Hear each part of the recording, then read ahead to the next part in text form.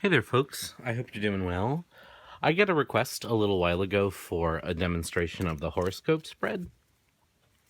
And I mentioned in the comment that I've actually never used it before. More and more I don't use particular spreads, or I kind of invent them, but I'm always happy to oblige a request because I think it's helpful, especially if it's something that you're really interested in. So I'm gonna see how it goes. I've never really done it. I did do a little research to look at different versions of it, and they're all pretty consistent. But I thought it would be interesting to do now this time of year because a lot of people are thinking about year ahead readings. There's a couple ways to look at what we're gonna do. I'm shuffling a lot as though this is a real reading. It's not. But I don't know. This is a fun deck to shuffle, actually. This is Tarot of Trees by... Oh, I should know this. Dana O'Driscoll. And I just got this recently. I'm trying not to buy decks, and then I buy them. It's a 12-card spread, so it's large. One reason why I'm using this deck right now is because this is such a... Oh, I've gone and reversed some cards. Oh, well. This is such a big spread. And this is such a small deck. They're actual playing size cards. That's one reason I thought I would use this one. So, each of the cards represents a house. And the houses are representative of sections of life. So I'm using one version. This is actually, I talked about this before. This is the very, very first tarot book I bought. No, that's a lie. This is the very first tarot book I read. And it is basically sort of in the Tarot for Dummies category. And I think the Everything Company has released a new version of this. There are a lot of weird errors in this book, just it wasn't proofread very carefully. But, it was how I learned.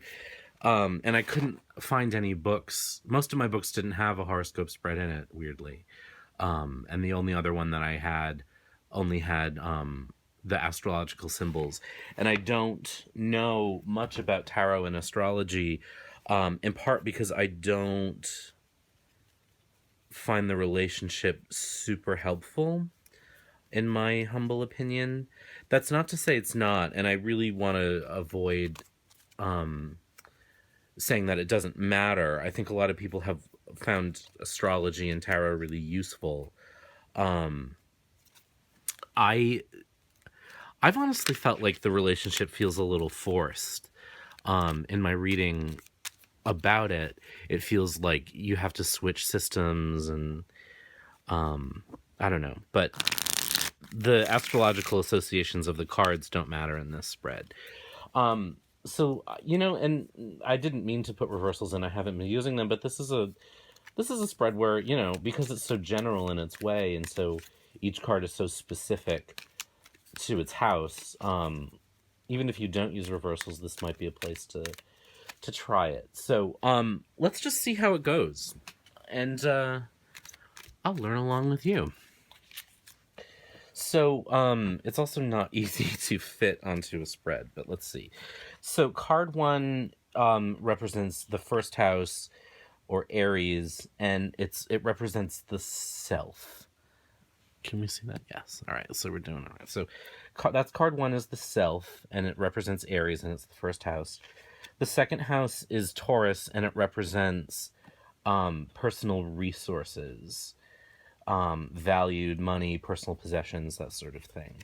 The third house is Gemini, and that represents the environment. I should probably try to space these sort of elegantly. House 4... Sorry, I'm looking at the book as I do this. Represents Cancer, and that represents roots. The foundation of one's life. Home, family, parenting, tradition. The fifth house is Leo, and that represents self-expression.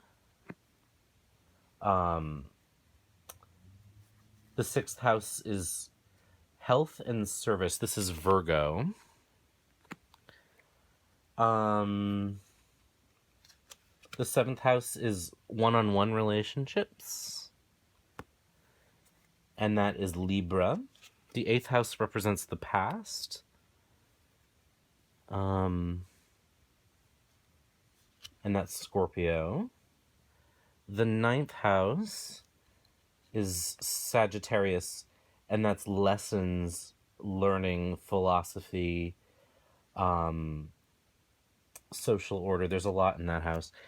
10 is life task, which is Capricorn. 11 is Aquarius, and that represents friendships. And then 12 is Pisces, and that represents things that are hidden. All right, so we've got our 12 cards. Can you see those all right? Let me move this up. Here we go. All right. It's going to be hard to fit them all in, but you can kind of see all of them. So starting with the first, and I guess, you could use a significator if you wanted to. You could put that in the middle. I generally don't use significators, but this is one where that might be appropriate. So let us begin. So again, house 1 represents Aries, yeah? It does. And that represents the self. One's personality or self-projection, the physical body and appearance. And so what we get in that position is justice. So if this is representing the self, it's sort of a great beginning in terms of self-vision, or how we think of ourselves, because it represents thinking of ourselves as balanced and someone who does what's right. But it also can represent an inability in some cases to see shades of gray. So with justice representing the self, it's both a blessing and a curse, because it suggests, hey, I definitely have a sense of justice. I definitely have a sense of right and wrong. But it also may mean that I can, or whoever we're reading for, can in some instances become so caught up in that they have a hard time seeing where the blend happens, where life doesn't go in black and white. So I may have a tendency or this person I'm reading for may have a tendency to struggle with nuance, and that may pertain to themselves as well. So they may see themselves in such extreme terms that they can be somewhat abusive to themselves, because they can't see anything other than their dark and light sides. So great, especially if they're in a leadership role, because they do have a sense of fair, they do have a sense of balance. When they're making decisions, they're going to consider, right and wrong, and they're consider what the right thing to do is. But they may be very black and white, and they may be kind of nasty to themselves, because if they don't live up to their standards, if other people don't live up to their standards, then they can be very dismissive. And they also have a hard time seeing shades of gray. They have a hard time seeing nuance. And as a result, they can be somewhat difficult and unkind to themselves, especially if they don't meet their own standards. So that's the first house. The second house represents personal resources. So in essence, what we consider valuable. And the Five of Wands is what we get there. And so in terms of finding something valuable in the second house of Taurus, our ability to stay engaged in situations that are difficult, to persevere, and to fight for what we believe in, and to fight for what we're creative for, that's really our value. So what's valuable to us is our passion, our deeply held, commitment to our causes, to our projects. Even when the going gets rough, we're definitely going to stay engaged. And that ties nicely into the first house of justice. So there's definitely like an element here of maybe even social crusading, social justice, a strong commitment to social values, a strong commitment to staying the course. So there's definitely a righteousness. And that's great because it could mean a really powerful ally. This person could be a very good ally. But again, as I like to talk about in all my cards, we have shades of light and dark here. And so, while what's valuable is staying engaged and staying in the fight, there can be a tendency as well to to cling to or sort of rehash fights that have already been fought and won, to make conflict where it doesn't exist. And again, tying back to the justice card here, to get so caught up in the fight for, what's right, that nuance gets lost. And so it feels like this may be a theme for the overall reading, right? Is like, there's definitely a sense of justice and injustice. There's definitely a sense of like social responsibility and ethics, but maybe a tendency to get so stuck in the fight that nuance may be missing. So that's something we're going to think about as we go through overall. So what's valuable to us is the second house. The third house represents our environment. It represents Gemini. They are sort of what is in our everyday life. And here we have the Eight of Wands. Again, there's a nice flow here from the Five of Wands to the Eight of Wands. So again, the environment is one of engaged action. It's a very active environment. There's definitely a push. So this is not a person who in any sense is passive. This is not a person who is in any sense restive. So the environment is very active, and this person, I would say, at this point in life, is feeling a strong pull towards action. They're also feeling a strong pull towards a very passionate sense of the world. And we get fire here with the sun. There's more wands cards. In fact, I think, yeah, there may be more wands than any other suit in this reading. We've got 1, 2, 3, 4, 5 out of 12. So there's a lot of passion, and we have the sun. So there's a lot of fire in this person, and their environment is very fiery. Now, as I talked about in my wands video on the suit of wands, that's great. But fire can burn itself out. So we do need other elements to ground us. And, a good sign here is that we've got cups. So we've got plenty of cups cards to balance it. We've got some pentacles, not a lot, but we do have pentacles and swords. So there is something grounding here. And that's important, because if this were all fire energy, I would say this person may risk pushing themselves so hard that they burn out and experience burnout, which is a thing that happens even when you care about something, you can burn out, and that's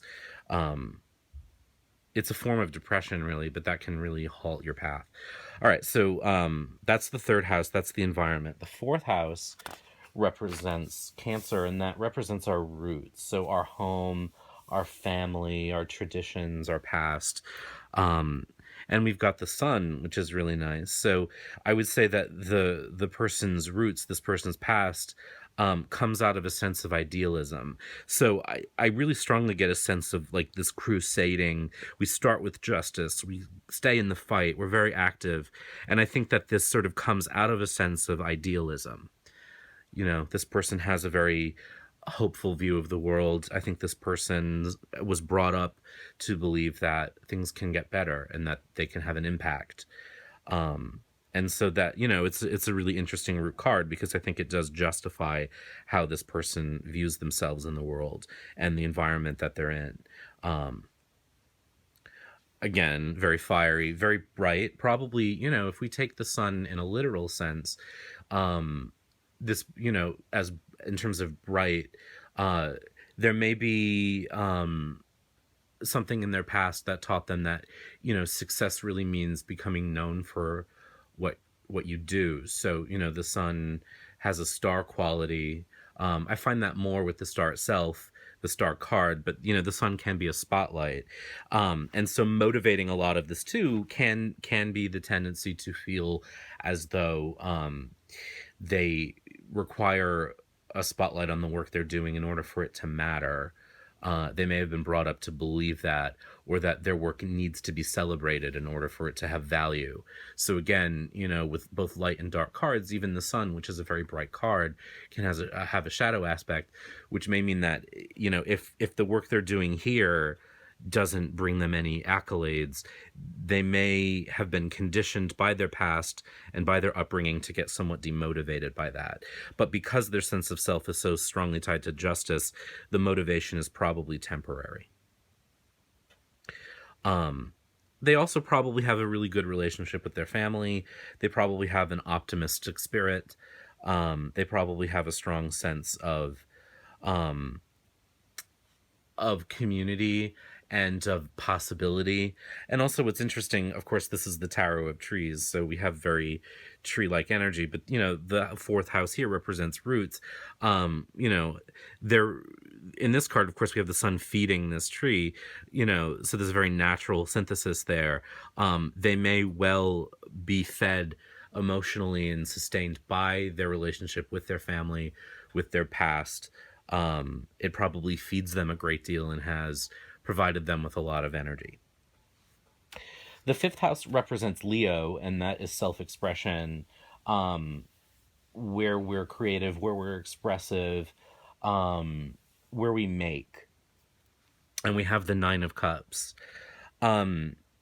So, in terms of optimism, again, I get a sense that this is definitely an idealistic person. This whole swath of cards here, from Justice through here so far, very, very idealistic. And so they have, with the Nine of Cups, a very idealistic impression. They're probably at their most creative when they feel that idealism, when they feel hopeful. They probably work very hard to create a sense of idealism in others, to create a sense of wishfulness and hopefulness in others. They are very caring. They care very deeply about the emotional state of others. Leo is a very, this is our Leo card. Leo, of course, is a very fiery sign. It's sort of the quintessential fire sign. And we've got a water card there. And as I've talked about, sometimes fire and water can be really antagonistic. But in this case, I feel like, with the 9 reaching to the 10, it is sort of, the 9 is a pretty full expression of its water suit. It would be fuller in a 10, but it's still pretty close.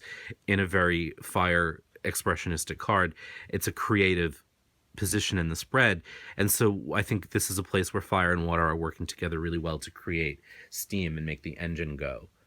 And so, in terms of this person's fifth house, their creative, their sense of making has a very complementary and active spirit, and again, fueled by idealism, fueled by a sense of possibility, fueled by a wish to make things better. So again, very, very strongly getting a sense of someone who's very committed to, I keep using the word very, social justice, progress, progressive. This is probably a very politically progressive person, a politically idealistic person. Probably someone who might have supported a Bernie Sanders kind of candidate in the election, but who has not at this point in time lost their sense of hope. But again, there may be a tendency to view things without nuance. So idealistic, but maybe with a tendency toward extremes. So that's the fifth house. The sixth house is health and service. That represents Virgo. Now, as I've talked about many, many times, I'm really resistant to reading health in tarot for many reasons. One is pure ethics. I think that we have a responsibility as readers, and this is not an uncommon opinion, to be thoughtful people's well-being. And we're not, unless we happen to be a doctor or a nurse, and there are readers who are, um even dabbling in psychology can be risky, um if we get into diagnostic mode. I think a lot of tarot does have to do with psychology, um as long, and I think that's okay as long as we stay out of diagnosing anything. um Likewise health. But what I do think we can do with the tarot reading is explore the idea of well-being, of sort of general wellness, in the sense of like a holistic wellness. And so that's how I would read this card, as sort of a generalized well-being. And that's the sixth house, that's Virgo. And we get the Knight of Cups. So again, we have the quintessential romantic card. I think the Knight of Cups is your sort of most romantic figure in the deck. And so I don't read this necessarily as a romantic state, because everything we've seen so far, going in order, has had actually very little to do with romance. Again, I think this has to do with a tendency to want to go right off into the sunset and make things better. So I would say that this person's well-being is very closely tied to their idealism. And when that idealism is questioned or crushed, their well-being probably suffers. So they're very much at the mercy of their sense of possibility, and the Knight of Cups is very romantic and has very optimistic goals and optimistic, he can have rose-colored glasses on, in the best possible way. He can see really negative situations in a really positive way, but he can also be mercurial in that sense, and very, very prone to moods. And so when he gets depressed, his entire sort of worldview suffers, as does his well-being. And so he can be someone who, when he gets depressed, or when she gets depressed, I'm using the he pronoun just generically, can become very low, and maybe the kind of person who, like, when he suffers a depression, may be very difficult to be around, will feel ill. He feels his depression very physically. But when he feels like he has a goal, when there's something out there to win and romanticize and woo, everything feels possible, and that well-being is increased. So this person's well-being is very closely tied to their emotions and their emotional state, and they're at their best, they're kind of generically healthiest when trying to save the world, trying to save others, when trying to be the knight in shining armor. Again, not in a relationship, I think more towards a larger view of self. So this is a person, again, whose well-being is so close. It's interesting how closely tied all of these cards are into this initial first house. Now, maybe that's something that happens a lot with this because again, I've never done this spread before. It is really interesting how this has colored so much of the reading. If this were a real reading, I'd probably dig deeper and spend more time. But even just sort of cursory glances at each of these cards, I feel like I've been biased against the spread for so long. This is kind of an interesting exploration of an overall sense of who a person might be and what their environment is like. So the seventh is their relationships, and we get the Ace of Wands. And I think that's really interesting because here's our relationship position, and we're switching back to fire. And for the first half of the reading, these are cards 1 through 6. We're going into the second half. The first half of the reading, everything has been either a major or fire or water. And in fact, we've had a balance in those 6 cards. We have 2 majors, 2 fires, 2 waters. So I think that's interesting. But now we're heading into relationships, and we're back to a fire card. And so I think that this is a person who probably relationship wise gets very, very passionate about relationships at the beginning of them. Definitely someone who we know is sort of romantically minded, and that idealism and that knight in shining armor quality is probably very sexy to a lot of people. Certainly optimism is very attractive to a lot of folks. And so there's something seductive to that. And he probably, I'm assuming this is a male just because this is a generic reading. So let's just say it's he for the time being. He probably meets people and just kind of falls in love with them immediately. The Ace of Wands in this position makes me think of that Hosier song, I Fall in Love. You know, the lyric is I fall in love every day with someone new. And so this person is very passionate, very impulsive, you know, the kind of person who makes friends really easily and begins a lot of relationships because they have a lot of energy. And again, their passion is probably contagious, but has likely a very difficult time sustaining that energy, sustaining those relationships beyond the first steps. So either he's a very difficult person to get to know, or he's just really easily distracted, or he just moves on very quickly, especially with this combination with the Knight of Cups and the Ace of Wands. You know, the Knight of Cups definitely has a wandering soul, you know, a little bit of a rambling man, right? So the Ace of Wands may suggest that, you know, there's a lot of beginnings to relationships, but they just burn out really quickly. Because again, without something to sustain it, fire will burn out. And so there is that tendency there. So I would guess with this person, they have a lot of beginnings of relationships, but they may ghost on them, you know, because the enthusiasm fades quickly as, you know, more new things pop up. With the Ace of Wands in a relationship spread, you know, there is a little bit of fire and water conflict, I would say here, because the fire card in this case is a bit erratic, and a bit combustible and a bit distracted. You know what I mean? I would say that this is someone who finds new very sexy and gets turned on by what's new and what's exotic.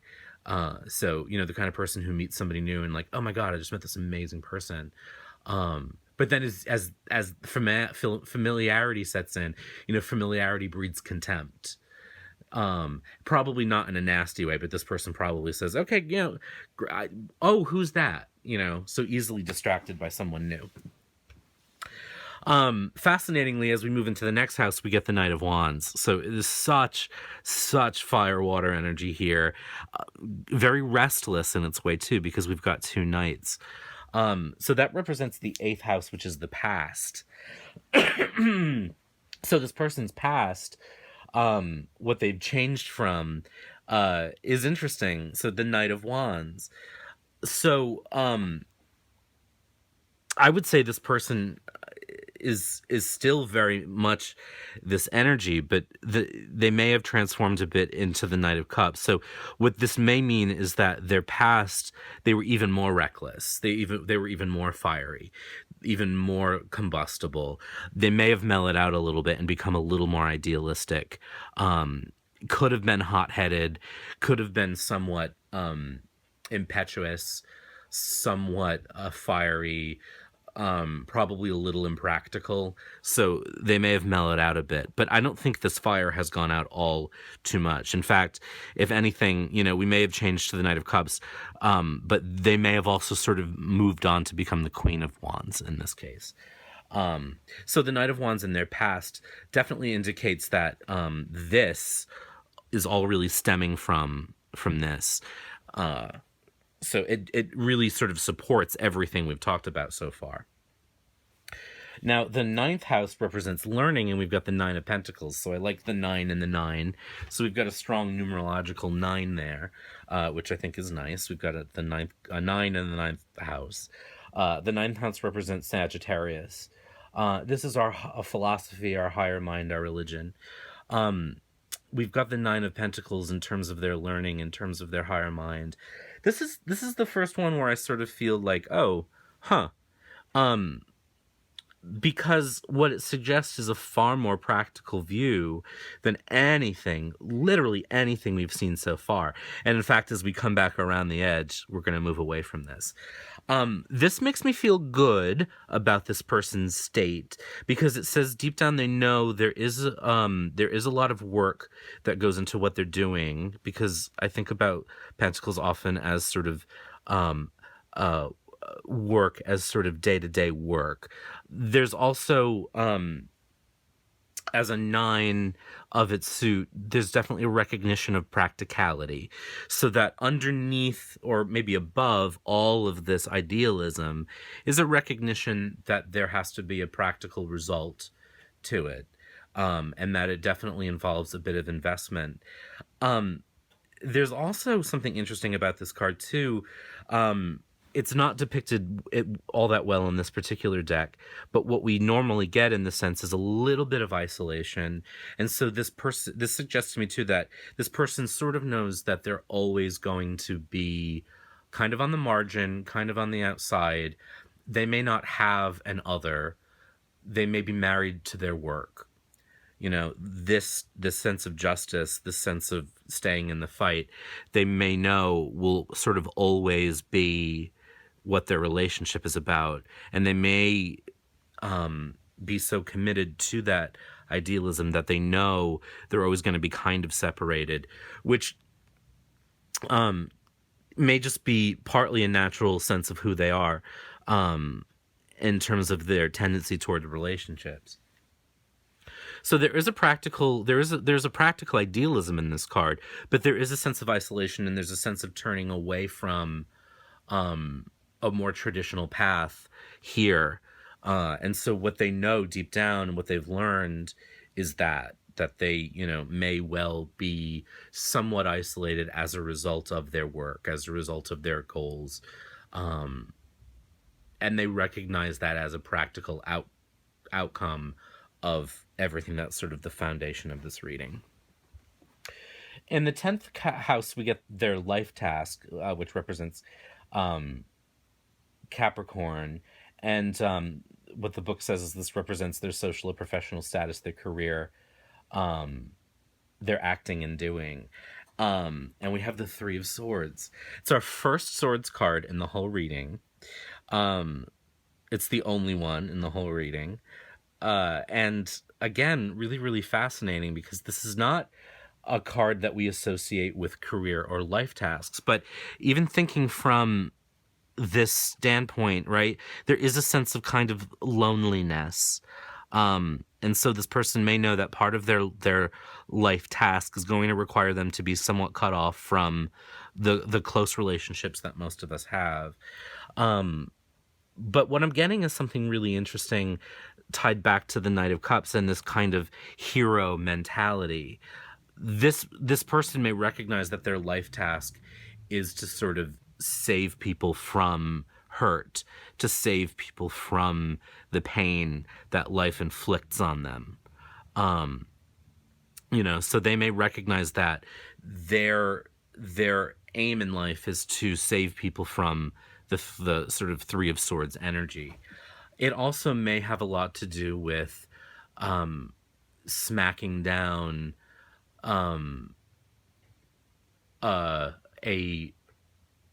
trying to sort of phrase this in a way that will make sense. Sort of smacking down like an overly romantic, and I talked about such a romantic quality in their idealism, but forcing people, here's what I mean, forcing people to see how the world really is. So underneath all of this like idealism, they recognize that their life task is to like show the world as it really is, even if it's unpleasant, and again, tying into that justice card. So sort of underneath them is all this idealism. Above them is a much more realistic view. If we sort of look at this just positionally, right? This is on top. So they may recognize that their life task is to sort of remind people like, yes, I'm idealistic. Yes, I think the world can be a better place, but it's not now. There's a lot of pain and there's a lot of hurt out there. And I'm going to do what I can to save people from it. But part of that is also to make you see that things aren't good and that things are bad for a lot of people. And there's a lot of hurt and there's a lot of agony and there's a lot of pain out there. You know, and if we want to make it better, we have to fully embrace it and we have to fully see it. So really, really fascinating there. And just tying into this card too, they may, and even this one, you know, there may be a small theme in this reading of knowing that their life task may involve hurting others because they can't fully be the kind of, you know, their goals are so lofty, they can't really be one person's knight in shining armor. And so they may recognize that part of that is going to break some hearts. You know what I mean? Part of their mission may mean never fully, you know, giving people, individuals that are close to him, what he really needs, because what they really need, rather, because he's so committed to his task. And he may feel a bit lonely as a result of that too. So while he recognizes the task and the reality, there may be a bit of sadness as a result of that. So the 11th house is friendships in the sign of Aquarius.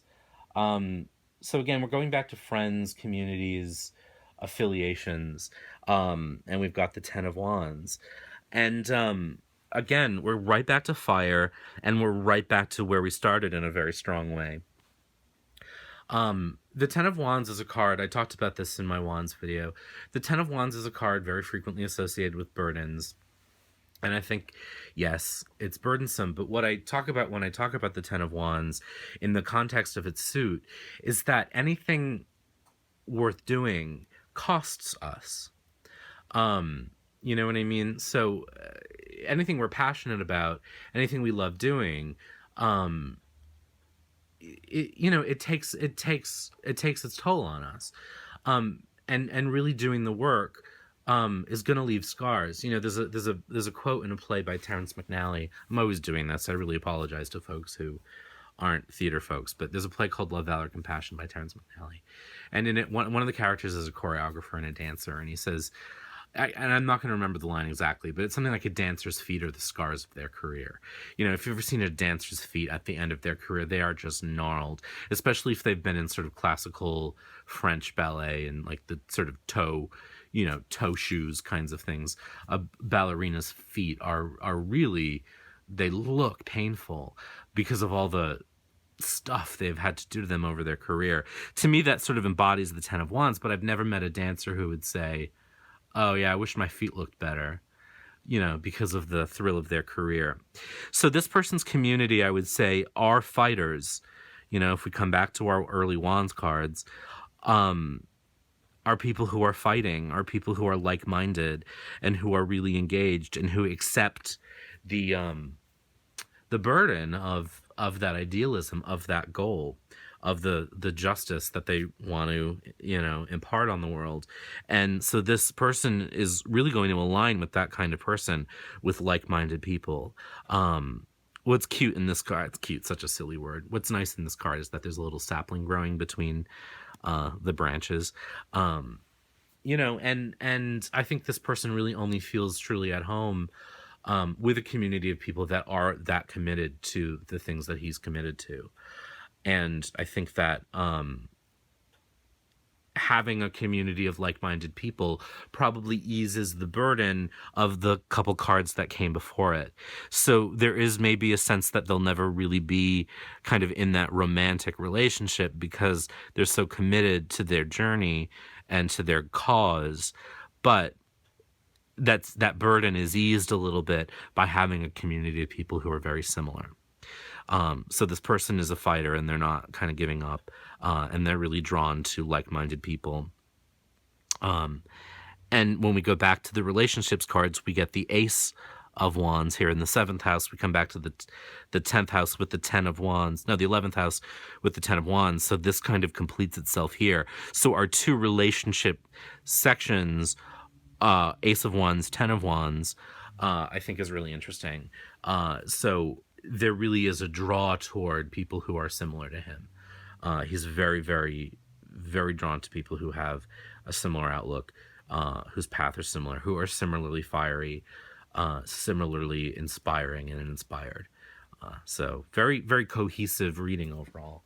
And then the final house is what's hidden, and that represents Pisces. Um, Now, this book kind of goes into a somewhat untraditional view of Pisces. I don't know, again, a lot about astrology. Um, so they say this may be somewhat unusual for this position, but this includes what's hidden, um, what's not yet revealed, and what's in our dreams and fantasies. And we come to the Three of Wands, the Three of Cups rather, and kind of a joyful community. And I think we just come floop all the way full circle from this Justice card. We go through this whole scheme um, to this fantasy of, you know, an idealistic community of people who care for each other. And I think that this kind of fulfills the feeling of social justice that we started with in a really interesting way. And so, what they fantasize, what they dream about, what they secretly desire is that the world will get better. And that maybe, this burden that they carry up here will be relieved somewhat and they can actually engage in maybe more normal relationships. And so, what's hidden deep down is maybe a desire to connect a bit more emotionally with people once the kind of burden up here is lifted. So, boy, for a fictional, for a reading for nobody, I'd certainly like to know this person because they're definitely someone I would admire. So again, I'd never really done this spread before. This is the horoscope spread. Randomly shuffled. I sort of already went through what I do in terms of themes because the theme of this reading for me was so unusually strong. And when I first laid out the cards and it started with Justice, I thought, oh God, what is this is going to be hard. The Justice card to me is not necessarily a card I would normally expect to see in a situation that represents someone's self or sense of self. And I thought, how, this is going to be hard to interpret, but it wasn't. And as we sort of swung around the ring here, the theme was so strongly embodied in this initial card. So it would be interesting to do this with a real person and see how they would feel about what I'm telling them, because one of the things that I expected of the horoscope spread when I started was that it would have a slightly more predictive quality. But what I think this actually does, it's sort of my view of a horoscope is maybe a little sort of stereotypical for someone who doesn't, or is the stereotypical view of someone who doesn't really have a relationship to astrology. I think about the horoscopes that I read each week, which have a slightly more predictive tenor to it. This feels a little bit to me like when I think about what someone's birth chart does, which it sort of describes their being.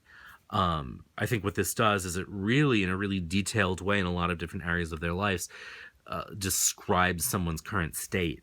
And so I like this spread more than I expected to, for such a big spread. Now you could do it in a different way if you wanted a more predictive spread, and that's to read each of the 12 as a month of the year. So this would be January, February, March, April, May, June, July, August, September, October, November, December, and we say, from a different point of view, the theme of your January is going to be about justice. The theme of your February is going to be about managing conflict. The theme of your January, February, March, sorry, is going to be about action and sort of putting your work out into the world. April is going to be about, spring, awakening spring.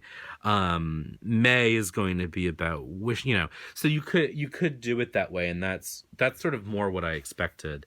And this is a time where a lot of people are doing year ahead spreads.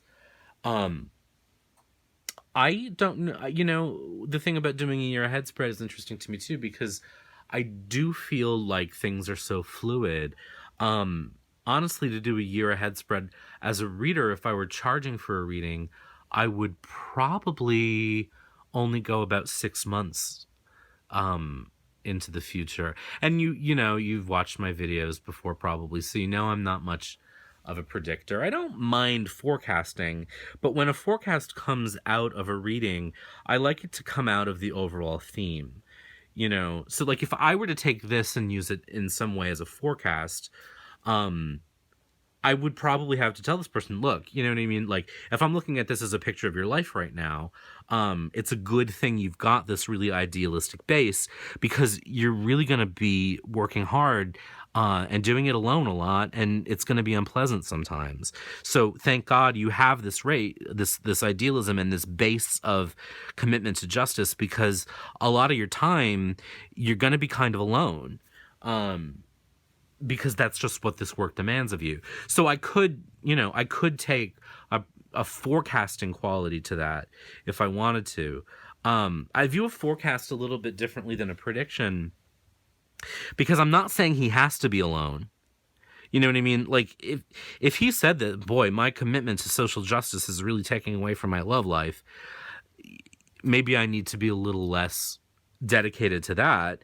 You know, he could make that decision. Now, if a prediction to me is like, I throw these cards and I say, from the moment you were born, you were going to be dedicated to social justice and you're going to die. That's what a prediction feels like to me. This is a bit like, you're so concerned with social justice right now that you're probably going to be, despite your idealism, a little unhappy a lot of the time, maybe a little bit lonely, especially because, you're doing something that most people don't like, which is you're showing people the ugliness of the world. Most of us don't want to see that. Your idealism prepares you to do that, but you're going to end up kind of alone sometimes because people aren't going to want to look at that ugliness. So if you don't want to be alone, you may have to subjugate this. Do you see what I mean? Anyway, so I guess you could make this a bit more of a forecast if you wanted to. So yes. Anyway, so this is an interesting spread. I'm glad that it was requested, because I don't think I would have looked at this otherwise.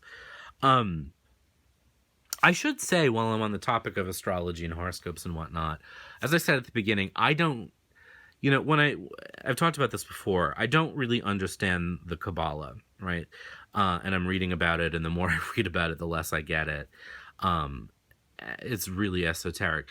But when the Kabbalistic associations of tarot are described to me, it seems to fit really elegantly. Even the things that don't quite fit, like the court cards feel a little sort of slapped onto the Tree of Life, for example. They've managed to do it in a way that I sort of buy. But what I haven't bought are the astrological associations, because they do seem forced. So I've had a harder time buying into that concept. But that, that's just me. And maybe I haven't found a way into it that makes sense yet. Although I haven't honestly felt like I've been missing anything. And so who knows, maybe I'll never get there, and that's fine too. But I don't want to, just because I don't feel like it makes sense or that it matches, I don't want to denigrate anyone, because there are people who really feel strongly about it, and it clearly adds a lot to the nuance of their readings. So I say, use what works. And if you're looking for a way to add nuance and you're kind of struggling, Kabbalah or astrology may be just the thing. So just because it doesn't jive with me doesn't mean it makes sense. And I don't know enough about astrology, even in its modern permutations, to know much about it. I will say this, though, if you've made it this far in the reading here at almost an hour, there are two astrologers whose work I really like, who send out weekly horoscopes. One is Rob Brezny, Brezney, from the Free Will Astrology website, and the other is Chani Nicholas, Chani, Chani Nicholas. Both of them write incredibly beautiful, and in my experience, really, really accurate weekly horoscopes. So I'm going to try to remember to put those in the description below, but if I don't, you should look them up. because they're awesome if you don't know them already. So anyway, I have rambled on long enough. I hope this was helpful to Jay, who requested it, and I hope it was interesting and helpful to everyone who watched it. And be well, and we'll talk again soon.